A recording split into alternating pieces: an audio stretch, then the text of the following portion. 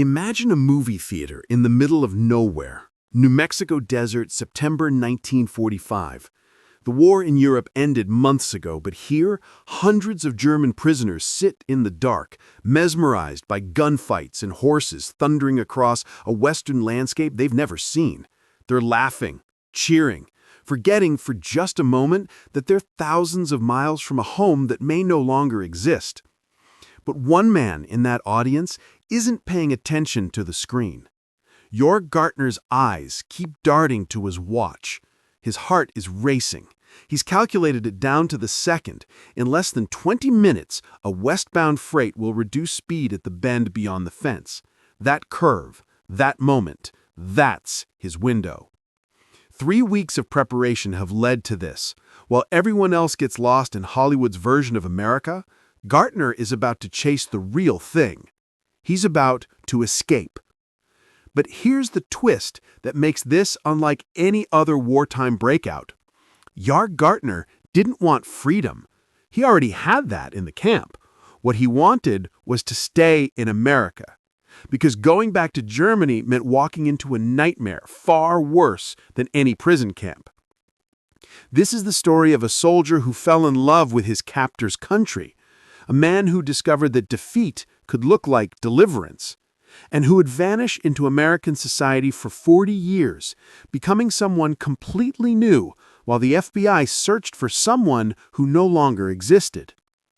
This is the story of abundance so staggering it turned an enemy into an immigrant. The Silesian town of Schweidnitz gave Georg Gaertner his first breath in December 1920. His father kept the books at a brewery, ensuring the family enjoyed what we'd call middle-class stability. Regular meals, a roof that didn't leak, the possibility of planning beyond tomorrow.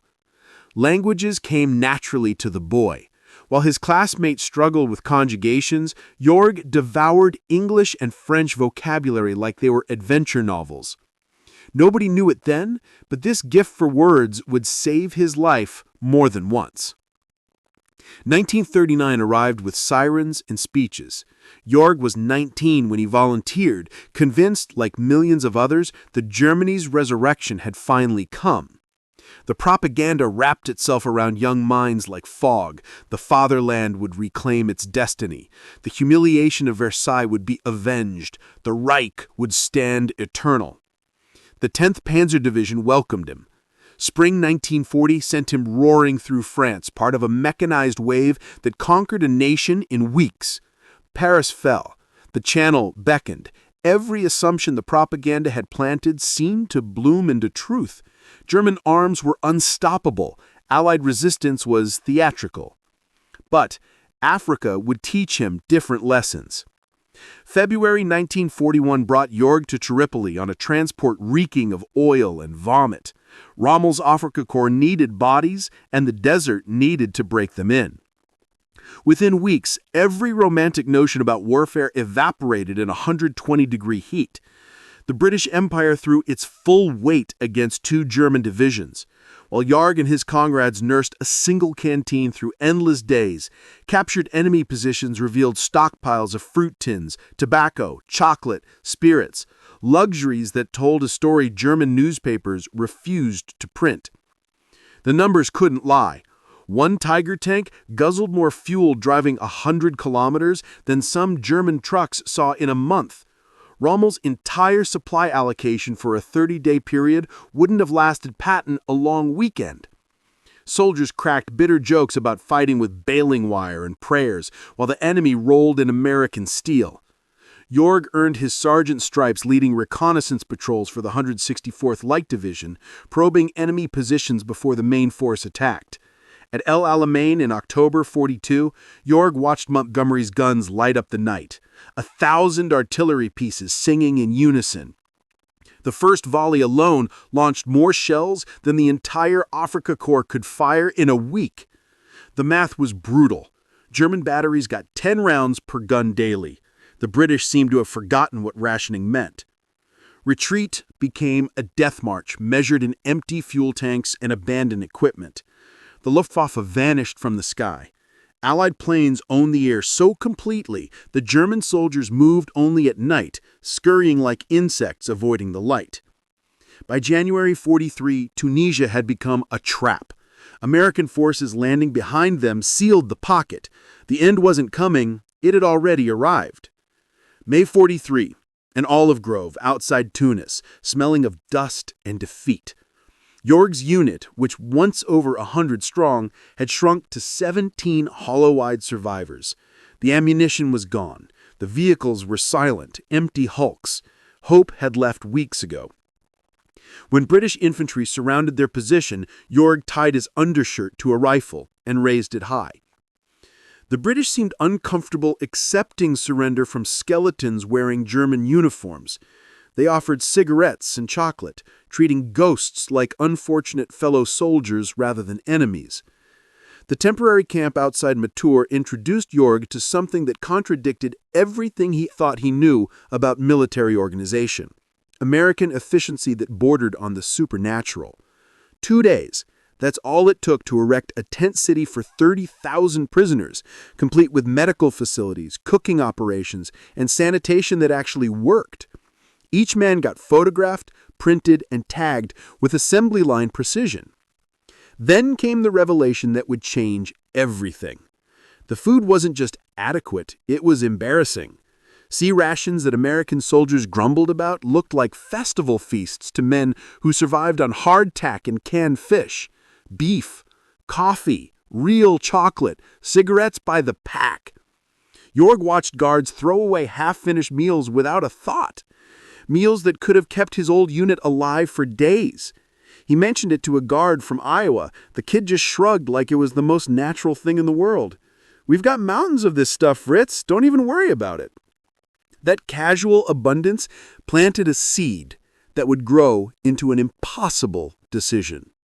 The Liberty ship carrying them to America was itself a message written in steel. Built in California in under 2 months, one of thousands rolling off American production lines like loaves of bread. Fresh bread was actually baked in the ship's galley, daily. The mess served egg powder that somehow tasted like eggs, and coffee flowed so freely that leftover pots got dumped overboard.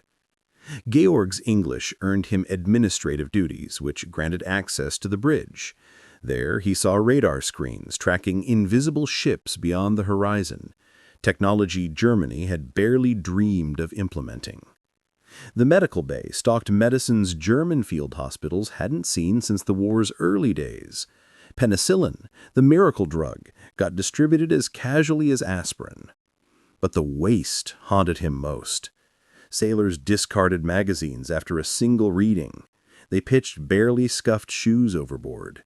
They gambled away monthly pay that exceeded a German officer's annual salary. When Georg asked about the carelessness, a bosun's mate laughed it off. "Brother, this country makes more every single day that we could possibly throw away in a month." Late July 1943, Norfolk, Virginia. Hampton Roads Harbor stretched before them like an industrial dreamscape. Dozens of cargo ships, destroyers in formation, carriers under construction. Newport News yards extended for miles, cranes working through the night under electric lights bright as noon. They marched past parking lots filled with worker vehicles, hundreds of them. In Germany, owning a private automobile meant you were connected to the party elite. Here, men welding hull plates drove their own cars to the job. Then came the train that shouldn't have existed. Not cattle cars, not military transports, actual Pullman passenger coaches with cushioned seating, luggage space, and fans circulating cool air. The dining service brought hot food on real dishware with metal utensils.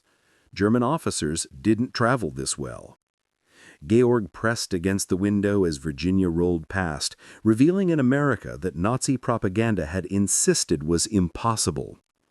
Midnight in Martinsville, every streetlight blazing, shop windows glowing with merchandise displays.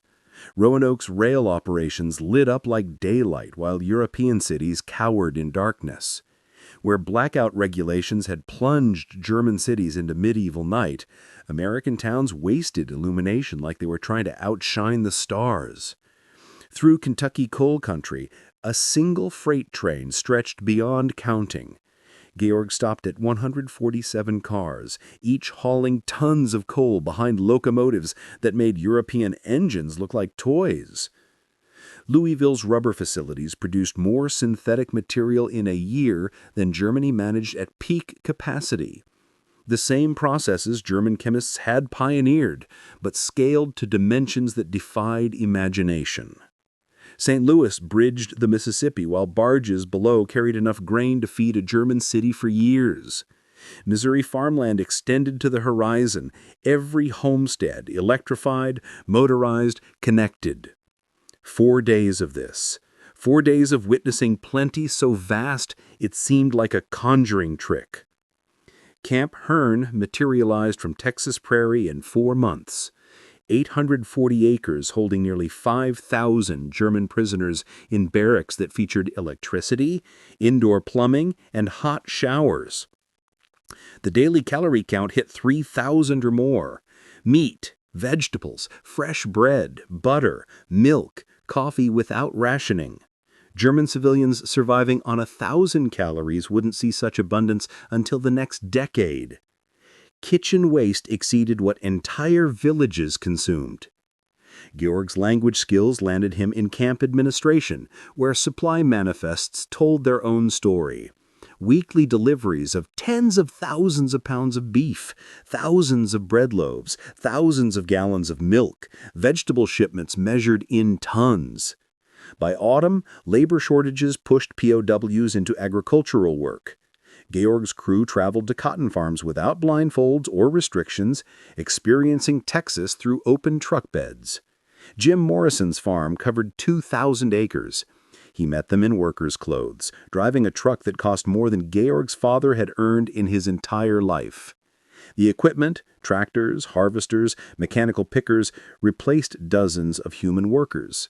When Georg expressed amazement, Morrison chuckled. "Son, I'm small time. California operations would blow your mind." Even the field hands at the bottom of America's economic ladder ate lunches that would scandalize German tables. Thick sandwiches, fresh fruit, cold beverages. They wore quality clothing and sturdy boots. Some owned radios, some owned bicycles. A few even owned automobiles. A black foreman named Samuel Washington caught Georg's bewilderment. "This ain't special, Sergeant. This is just how things are. Normal times." Christmas 1943 demolished whatever remained of Nazi ideology in Georg's mind. American churches and families shipped 500,000 packages to German prisoners, to enemies who'd been shooting at their sons and husbands just months earlier. Each box held cigarettes, candy, soap, shaving gear, playing cards, hand-knitted socks. Local churches held services in German. Texas housewives whose boys were fighting overseas sang Silent Night and O Christmas Tree, while German prisoners broke down crying. Children made cards by hand with crayon messages, "Jesus loves you" and "Merry Christmas, Fritz." The feast defied belief. Turkey, ham, all the trimmings, desserts, seconds, abundance that could have sustained a battalion for days. That same afternoon, Georg processed mail from Germany. Letters scratched on salvaged paper, envelopes fashioned from newspapers. The visual contrast between American Christmas cards, thick stock, vibrant colors, cheerful designs, and German desperation needed no translation. Spring 1944 brought universities into the camps. Over 15,000 German POWs across Texas enrolled in courses taught by American professors. University of Texas scholars traveled to Camp Hearn teaching history, economics, political science. Among them, Professor Ernst Goldschmidt, who'd fled Heidelberg in '38, taught constitutional law to Wehrmacht officers who'd pledged allegiance to Hitler. His lack of bitterness stunned students expecting vengeance. The camp library held 20,000 volumes and subscriptions to every major periodical. Prisoners could read multiple newspapers, compare different viewpoints, engage with ideas. Freedoms non-existent in Nazi Germany, where all media echoed the party line. Vocational programs used equipment surpassing German trade schools. Auto mechanic shops provided actual engines for disassembly, electrical systems for study, diagnostic tools that exceeded anything Georg had seen in technical colleges. He enrolled in accounting, studying American business operations that revealed capitalism's actual mechanisms versus Nazi caricatures. The textbooks showed corporate structures, investment mechanisms, how ordinary citizens could build wealth through markets. Summer sent Georg to a Houston area refinery processing 100,000 barrels daily, more than Romania's entire Ploesti complex that Germany fought desperately to defend. 5,000 workers across 3 shifts, including hundreds of women operating sophisticated equipment, earning wages that exceeded German factory manager salaries. They drove their own vehicles to work. They wore quality clothing. They lived lives German propaganda had insisted were impossible. The San Jacinto Ordnance Depot received daily ammunition shipments exceeding what a German division would fire in a month. Houston's ship channel moved more tonnage in a day than Hamburg managed weekly before the war. The waste continued to astonish. Empty barrels discarded rather than cleaned and reused, broken machinery scrapped rather than repaired. This casual relationship with material goods revealed surplus so vast that efficiency became optional. April 1945 brought footage that shattered the last fragments of loyalty. The Army required all POWs to watch films from liberated concentration camps. Many initially refused to believe what they saw, but the evidence overwhelmed denial. Georg watched Afrika Korps veterans, hardened combat soldiers, weep openly as comprehension dawned. They'd served a regime that committed atrocities beyond imagination, while they'd sat in American camps eating better than German civilians. Camp psychiatric cases quadrupled in the following weeks. May 8th brought VE Day, celebration for guards, dread for prisoners. Germany had surrendered unconditionally. Maps showed Georg's hometown behind Soviet lines now. Silesia's German population faced expulsion or worse. Summer 1945 brought repatriation preparations that felt like death sentences. The U.S. government declared all POWs would return to their exact origins, regardless of current political control. 35,000 prisoners from Soviet-occupied territories faced almost certain imprisonment or deportation to Siberian labor camps. Stories filtered into camps about forced repatriations, Soviet citizens who'd fought for Germany being violently loaded onto ships bound for execution or the Gulag. Recently repatriated prisoners confirmed the nightmare. Those returned to the Soviet zone faced NKVD screening. Former POWs were considered contaminated by Western exposure, suspected of espionage. Many vanished into Ural labor camps. August brought final confirmation. Schweidnitz had been transferred to Polish administration. The entire German population faced immediate expulsion. Georg's administrative position gave him access to schedules. His group would ship to Virginia in October, then by ship to Bremerhaven, then by train into Soviet or Polish custody. He began planning with military precision. Guard rotation patterns, train timetables, accumulating POW wages, 80 cents daily exchangeable for cash, perfecting his English accent, constructing an identity. Peter Peterson, Norwegian immigrant, lost documents. September 21st, 1945. The conditions align. Popular film drawing maximum attendance, New Moon providing darkness, $25 accumulated. 8:30. Gunfire on screen masks his exit from the recreation hall. 90 seconds to reach the inner fence. Confirmation no patrols approach. Crawling beneath the outer barrier. Sprinting across open desert toward the tracks. The freight appears, headlight cutting the darkness, moving faster than expected. Georg runs alongside as the locomotive passes, grabs the boxcar ladder, pulls himself aboard while the train's still at 15 miles per hour. Inside the empty car, he collapses, listening for sirens that never come. By 10 p.m. count, he's 30 miles west, heading toward El Paso, toward a future he's choosing. El Paso dawn finds him at the YMCA, renting a 50-cent room. The desk clerk, a veteran minus an arm, studies him carefully, but asks nothing. Newspapers scream about the search, military police checking stations, FBI notified, $50 reward posted.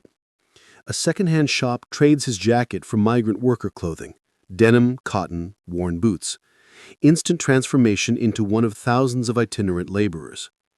Instead of risking a bus ticket, he joins Mexican workers waiting for farm trucks recruiting cotton pickers. No questions beyond, can you work? Payment daily in cash. No documentation required. Las Cruces cotton fields provide perfect concealment. Among Mexican workers, he perfects his story. Peter Peterson, Norwegian immigrant, lost documents in a boarding house fire, drifted into agricultural work. 3 months builds a $200 stake, enough to risk California. 1946 demands Peter Peterson disappear. FBI posters still decorate post offices. Georg adopts a new identity, Dennis F. Wiles, borrowed from an Arkansas migrant family he'd befriended. The real Dennis Wiles died young, raised in state institutions, with no family network to contradict the fiction. Creating documentation proved surprisingly simple in post-war America. Within months, Dennis F. Wiles exists officially. Birth certificate, social security card, driver's license. Winter 47 brings him to Sierra Nevada mountains. Sugar Bowl near Tahoe rewards his alpine skills with immediate employment teaching wealthy Americans to ski. $300 monthly, plus tips, doubling that amount. Red Cross letters reveal family survival. Parents expelled from Silesia, living in Frankfurt refugee camps. But Georg can't risk contact. He convinces himself they're better off thinking him dead. January 13, 1952. The Southern Pacific's City of San Francisco luxury train traps 226 passengers in a Yuba Pass blizzard. Georg, ski instructor Dennis Wiles, joins the 3-day rescue mobilization. Afrika Korps survival training proves invaluable, guiding civilians through impossible conditions. Life magazine photographs the rescue teams. Dennis Wiles appears among the heroes. The images circulate nationwide.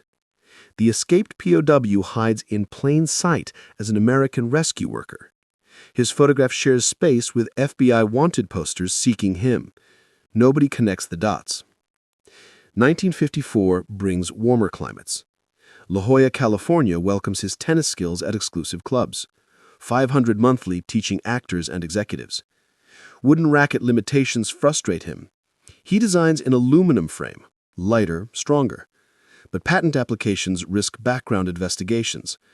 When others commercialize similar designs, Georg watches his innovations generate others' fortunes, unable to claim his own creation.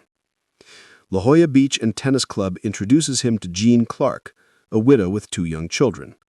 June 15, 1964, Dennis F. Wiles marries Jean Clark in Las Vegas. He's now lived in America longer than Germany. The fictional history feels more authentic than truth. Jean's children call him Dad, never suspecting their stepfather commanded Hitler's soldiers. Hawaii, 1966. Construction estimating for military projects. Multicultural environment providing perfect camouflage where everyone originated elsewhere. 1984 brings unbearable weight. Jean suggests European vacation. George realizes the charade must end. Passport applications trigger investigations. August evening, humid air, impossible truth. He tells her everything. Not Dennis Wiles, but Georg Gaertner. Not orphan, but abandoned son. Not ski instructor, but escaped prisoner. Jean cycles through disbelief, fury, devastation. 20 years built on fundamental lies. They separate in 85. Legally married since divorce requires documentation Dennis Wiles can't produce. Arnold Kramer's 1979 book mentions 7 unaccounted POWs, including Georg Gaertner. Through intermediaries, Georg contacts Kramer, proposing his story for negotiated surrender. September 11, 1985, 40 years after escape, Georg Gaertner surrenders on NBC's Today Show.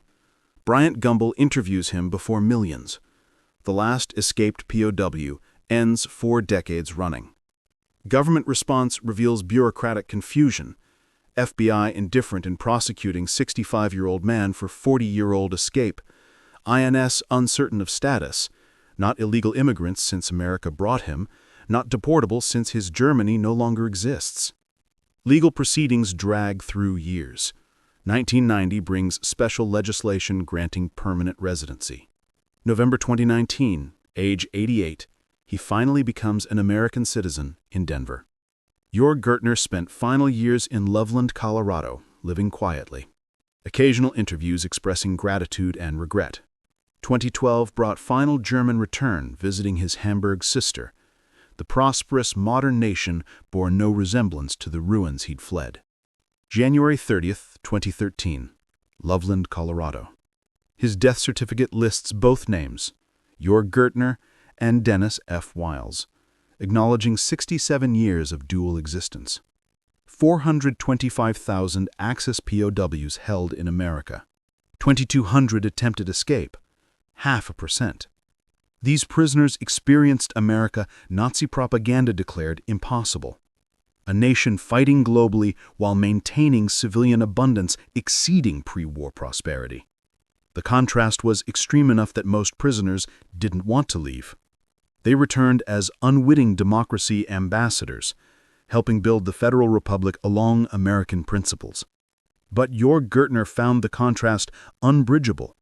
American camps became capitalism classrooms where prisoners learned reconstruction was possible through creation, not conquest. Georg Gaertner lived 2 complete lives: German soldier serving criminal regime, American citizen embodying immigrant success. His escape stemmed from the simplest human motivation, pursuing a better life after witnessing abundance making Soviet-occupied ruin return seem like choosing hell. The last German soldier in America died American. His transformation from Afrika Korps sergeant to Colorado retiree encompassed post-war reconciliation's entire arc. His gravestone mentions nothing of his extraordinary history. But his story endures, testament to prosperity's power transforming enemies into friends.